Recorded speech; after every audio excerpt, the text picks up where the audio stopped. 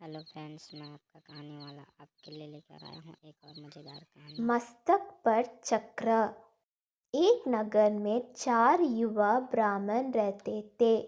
धन उपार्जित करने के उद्देश्य से उन्होंने दूसरे नगर जाने का विचार किया और अवंती चले आए। वहाँ क्षिप्रा नदी में स्नान कर उन्होंने मंदिर में भगवान शिव की आराधना की। मंदिर में उनकी भेंट आराधक भैरवानंद से हुई। भैरवानंद ने उन चारों को अपना आश्रम में आमंत्रित किया और वे उसके साथ आश्रम चले आए। पूरा दिन उन्होंने आश्रम में व्यतीत किया।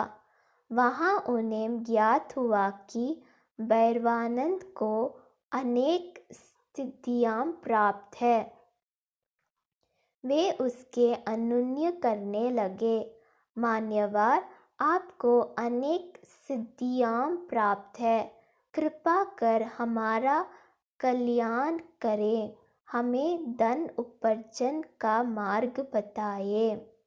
उनका अनुनय सुन भैरवानंद को दया आ गए और उसने चारों को सूत से बनी एक एक बत्ती देकर कहा, तुम चारों इन बत्तियों को अपने हाथ में लेकर हिमालय की ओर प्रस्थान करो। वहाँ की तराई में स्थित वन में तब तक चलते जाओ जब तक बत्ती किसी स्थान पर गिर ना पड़े। जहाँ बत्ती गिरे उस स्थान की खुदाई करो, तुम्हें गड़ा धन प्राप्त होगा। अगली सुबह बत्तियाँ लेकर चारों ब्राह्मणों ने हिमालय पर्वत की ओर प्रस्थान किया। कई दिनों की यात्रा पश्चात वे हिमालय की तराई में पहुँचे। वहाँ घने जंगल से गुजरते हुए एक ब्राह्मण की बत्ती गिर गई। उसने जब उस स्थान की खुदाई की तो उसे तांबे की कान प्राप्त हुई। उसने दूसरे ब्राह्मणों से कहा, आओ, जितना तांबा इकट्ठा कर सकते हैं कर लो और वापस चलो। लेकिन सबने मना कर दिया और बोला, मूर्ख, हमने बहुत सारा तांबा इकट्ठा कर भी लिया, तब भी हमारा दरिद्रता समाप्त नहीं होगी, इसलिए हमें आगे बढ़ना चाहिए। पहला ब्राह्मण तांबा पाकर संतुष्ट था, इसलिए वह तांबा लेकर घर लौट गया। शेष 3 आगे बढ़ गए। कुछ दिन चलते रहने के बाद एक स्थान पर दूसरे ब्राह्मण के साथ की बत्ती गिर गई। उसने उस स्थान की भूमि को खोदना प्रारंभ किया। वहाँ उसे चांदी का खान प्राप्त हुआ। वह दूसरे ब्राह्मणों से बोला, आओ, जितनी चांदी उठा सकते हो उठा लो और घर वापस चलो। लेकिन उन्होंने मना कर दिया और बोला, मूर्ख, बहुत सारी चांदी इकट्ठी कर लेने पर भी हमारी दरिद्रता समाप्त नहीं होगी। आगे हमें अवश्य सोने की कान प्राप्त होगी, इसलिए आगे चलो। किंतु दूसरा ब्राह्मण चांदी पाकर संतुष्ट था। उसे चांदी इकट्ठी की और घर लौट आया।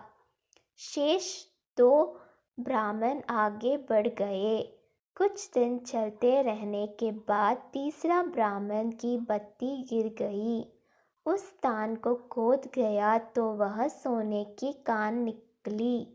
वह अपने साथी से बोला, आओ, तुम भी जितना सोना चाहते हो ले लो और घर वापस चलो, इससे आगे जाने की क्या आवश्यकता है। चौथे ब्राह्मण ने कहा, मूर्ख, तुम्हें बुद्धि है या नहीं?